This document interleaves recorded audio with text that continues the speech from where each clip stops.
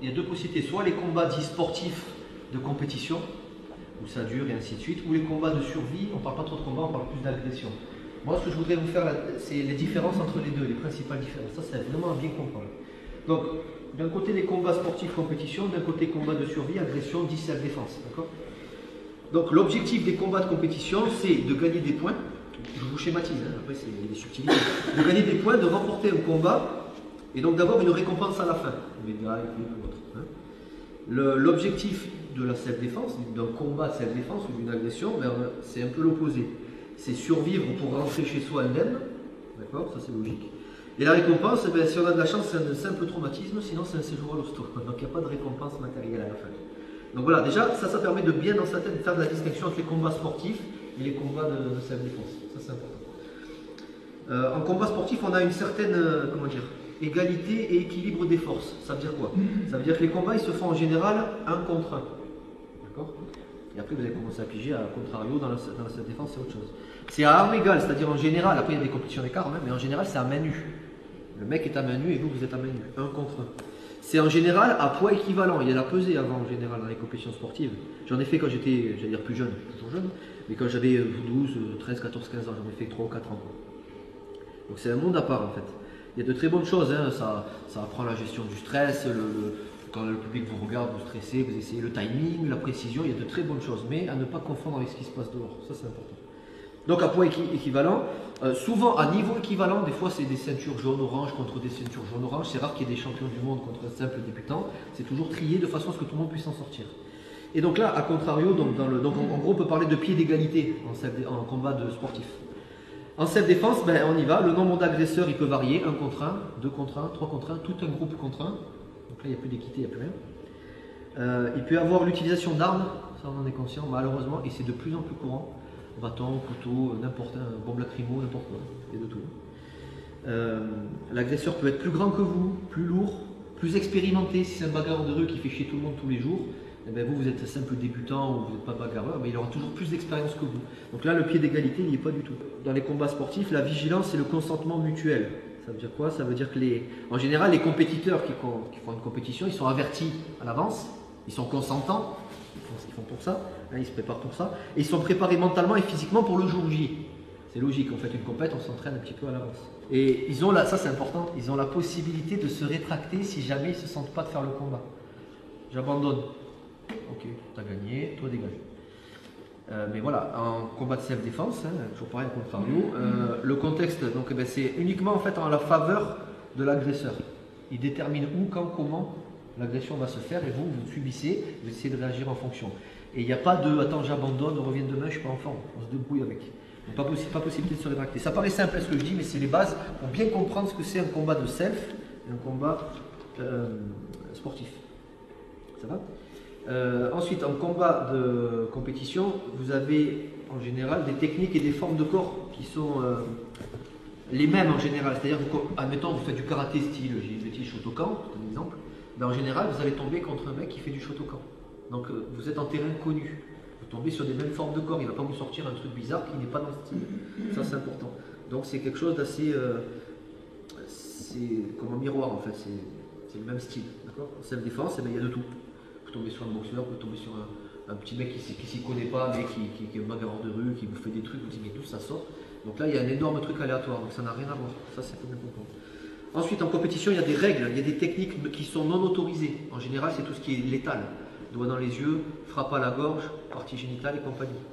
Même en MMA, il faut le savoir, dans les cages, là, le free fight, c'est très violent, hein, ils ne sortent pas avec le nez tout droit en général, mais ils n'ont pas le droit de mordre, ils n'ont pas le droit de taper dans les yeux, dans la gorge et dans les yeux, aux parties génitales. Et dans la self-défense, il n'y a aucune règle. En fait, ce qu'on dit en self-défense, c'est que la seule règle, c'est qu'il n'y a pas de règle. C'est ce qu'on dit en général, c'est le petit slogan. Donc ça, c'est important. Et donc en général, on privilégie justement des techniques létales en self-défense, enfin en agression. Ça va? En compétition, il n'y a pas d'effet de surprise puisqu'on est préparé à tout, et en self-défense, il n'y a que de ça. En général, l'agression, elle vous tombe dessus, c'est un effet de surprise énorme. Ensuite, ce que je disais, donc en compétition, vous avez des techniques codifiées, c'est-à-dire, en général, il y a une certaine stratégie. Comme on a le temps de se préparer et que le combat, on est là pour ça, il y a de l'improvisation, mais il y a surtout on a le temps de réfléchir, c'est-à-dire qu'on peut faire des techniques qui marqueront le plus de points. Alors je vous donne un exemple, c'est plus ma spécialité la compétition sportive, j'ai lâché depuis longtemps, donc peut-être que ça a changé. Mais à une époque, quand on faisait un coup de pied derrière la tête, qu'on a vu ce matin là, au Rama Washingiri, coup de pied bizarre à la fin, mais ça gagnait 3 points à l'époque. Peut-être maintenant c'est 1 point, je ne sais plus, peu importe. Et bien, pour gagner le combat, il y en a qui préféraient faire 1 ou 2 coups de pied derrière la tête pour gagner le combat. Donc ils allaient tenter de faire que ça.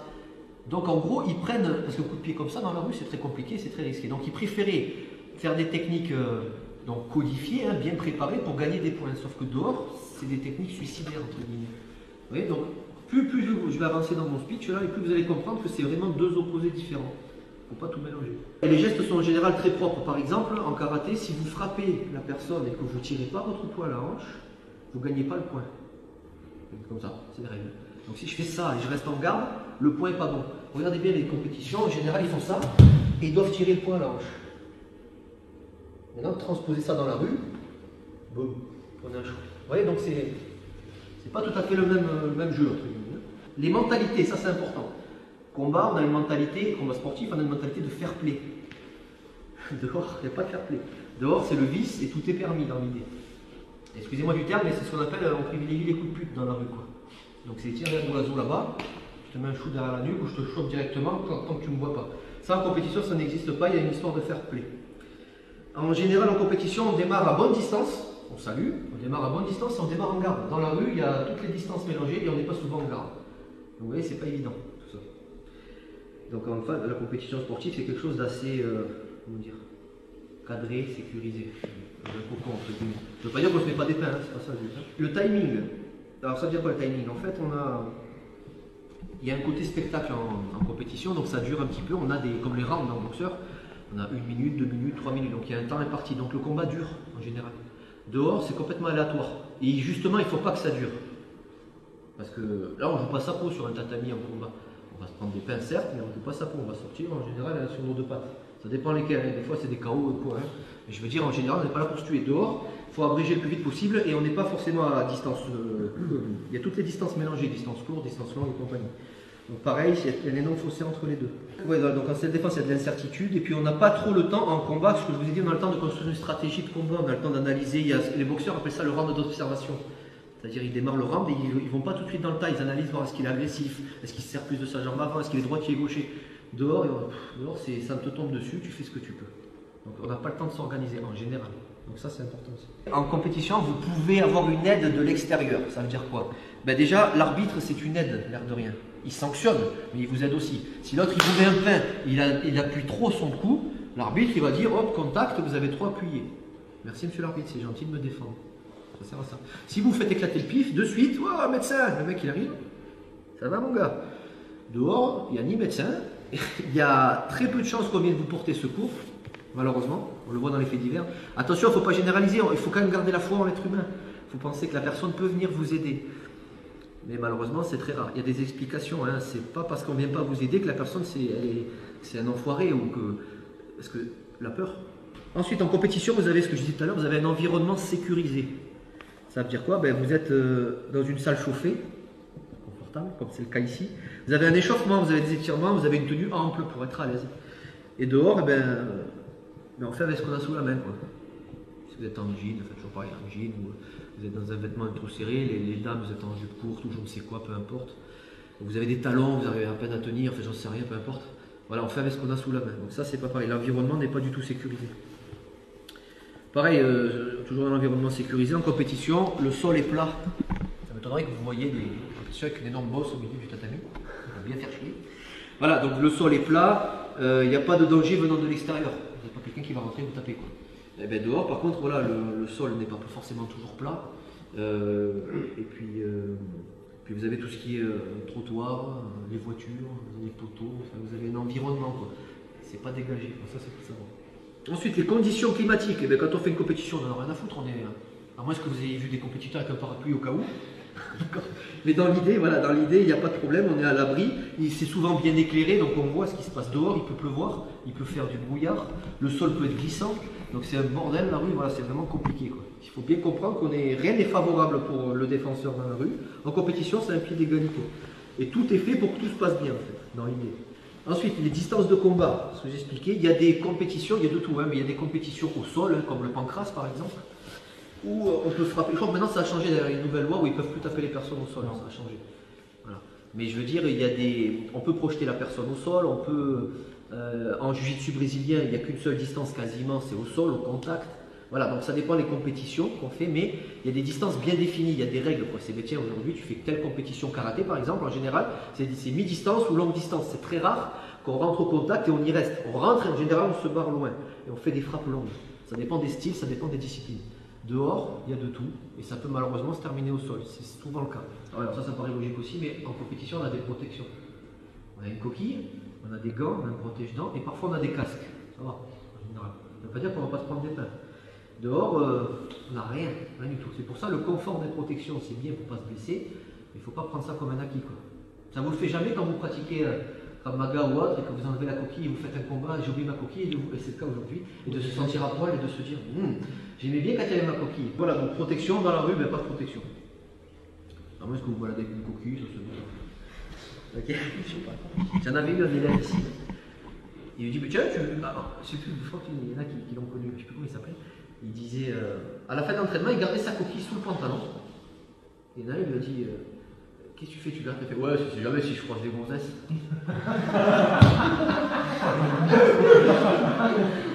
Bon, moi, il sera protégé si on l'attaque. Quand vous êtes en compétition, hein, vous combattez, vous mettez des pains, voire jusqu'au KO, vous n'êtes pas soumis à la loi française. Ça veut dire quoi? Ça veut dire l'environnement est sécurisé. Vous avez une assurance en cas de dommage. Dehors, vous êtes soumis à la loi de la légitime défense, entre autres, et la loi de non-assistance à personne en danger. Et ça change tout. Ça veut dire qu'on ne peut pas défoncer la personne, comme on pourrait le faire en compétition. Bam, on est là pour ça, hein, c'est le show, on n'est pas payé pour ça, entre guillemets. Dehors, proportionnel à l'attaque. Et, comme j'ai dit, non-assistance à personne en danger, ça veut dire que si vous, mais dans l'idée, vous tombez sur une agression, vous voyez le cliché, une petite dame qui se fait agresser par un costaud. Et des fois, c'est l'inverse, la petite dame qui agresse le grand. Coup de canne. Vous avez deux solutions, soit oh là là j'ai rien vu, sauf que s'il y a des caméras et qu'elle y reste, monsieur vous étiez témoin, non assistance à personne en danger. Ça peut arriver, hein. Après vous savez la loi, il y a de tout, et on secoue, et on voit ce qui reste, d'accord, dans l'idée, mais il faut comprendre ça. Mais aussi, et ça va peut-être vous étonner, si vous mettez KO votre agresseur, vous le laissez crever par terre, vous barrez, il y a une caméra où il y a des témoins, non assistance à personne en danger. Ça veut dire que vous êtes obligé d'intervenir. Je ne vous dis pas de venir, de faire monsieur, allez, bouche à bouche et compagnie. Non, mais au moins appeler les secours, dire voilà, il y en a un, il m'a blessé, je me suis défendu, il est sur le carreau, venez apporter une ambulance. On ne pourra pas vous reprocher de l'avoir laissé crever par terre. Voilà, grosso modo, ça c'était le speech de départ. Est-ce que vous avez bien compris donc qu'un combat de compétition, ça n'a rien à voir, il y a des similitudes, mais ça n'a rien à voir avec une agression de rue. Ça, c'est la première chose à comprendre. Donc ça, gardez cette optique. Aujourd'hui, on va essayer. Ça ressemblera à de la compétition, forcément. On va pas se crever les yeux. Mais pensez que c'est des choses qu'on va essayer d'appliquer dehors. Ça va sur ça? Yes? Motivé? On va s'échauffer un peu. Si tu souhaites aller encore plus loin, à savoir décupler tes connaissances en self-défense, devenir confiant et efficace en situation réelle, mais ce que je t'invite à faire, c'est à cliquer juste ici. Formation offerte, ou encore sur le lien qui est en description juste sous la vidéo. Voilà, j'espère que la vidéo d'aujourd'hui t'a plu et qu'elle t'a aidé à progresser un petit peu plus. Quant à moi, je te retrouve de l'autre côté pour commencer ta formation vidéo offerte. À tout de suite.